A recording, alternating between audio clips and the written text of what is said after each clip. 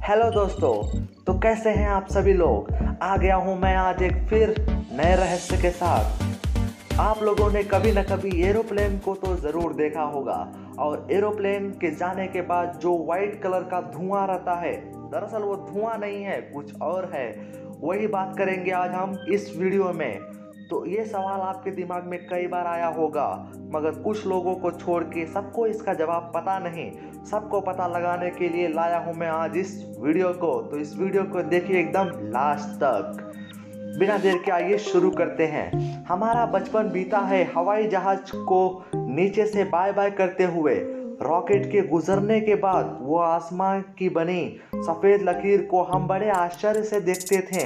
कोई उसे रॉकेट का धुआं मानता था तो कोई बर्फ की लकीर, पर हम में से शायद कुछ ही लोग जानते होंगे कि असलियत में वो क्या है। तो आइए, नासा की एक रिपोर्ट के अनुसार आसमान में बनने वाली इस सफेद लकीर को कंट्रेल्स कहते हैं। कंट्रेल्स भी बादल ही होते हैं, पर वो आम बादलों की तरह नहीं बनते।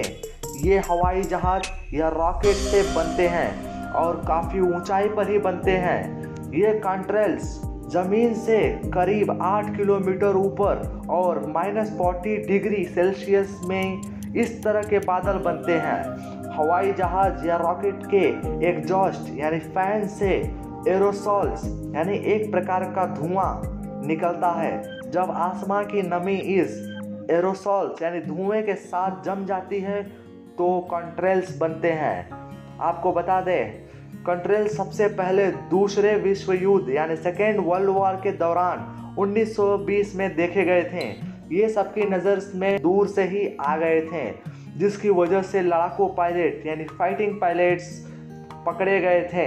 बल्कि कई खबरें आई थी कि धुएं के कारण कई विमान आपस में ही टकरा गए यानी क्रैश हो गए, क्योंकि उन्हें कुछ दिखाई नहीं दिया।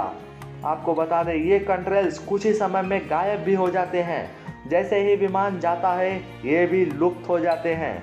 ये कंट्रेल्स लंबी लाइन होती है जो आसमान में विमान जाने के बाद तक दिखती है। इसके बनने का कारण हवा में नमी होती है। ज़रूरी नहीं कि यह वहीं बने जहां से विमान गुजरे, ये कभी कभी बिना विमान के भी बन जाते हैं।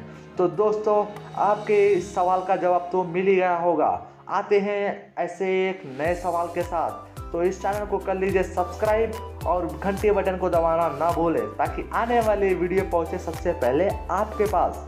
मिलते हैं ऐसे एक नए रहस्य के साथ। तब तक के लिए take care, good bye, thank you.